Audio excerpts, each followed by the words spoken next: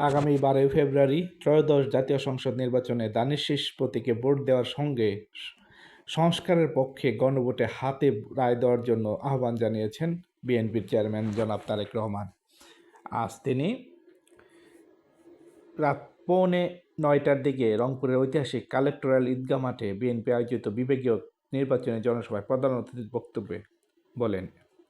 তিনি বলেন, আমরা যে জুলাই সনদে স্বাক্ষর করেছি সেই সনদকে সম্মান করতে হবে। সেজন্যই আপনাদের সবাইকে অনুরোধ করব, ধানের শীষ যেমন সিলটা দিবেন 12 তারিখে, একই সঙ্গে দ্বিতীয় যে ব্যালট পেপারটা দিবেন সেখানে হায়ের পক্ষে আপনারা রায় দিবেন। তারেক রহমান বলেন, দেশের মানুষের অধিকার ফিরে আনা বড় কাজ। জুলাই গণ অভ্যুত্থানের স্পিড ধরে রাখতে হলে নিয়মতান্ত্রিক ধারায় গণতন্ত্রের যাত্রা শুরু করতে হবে।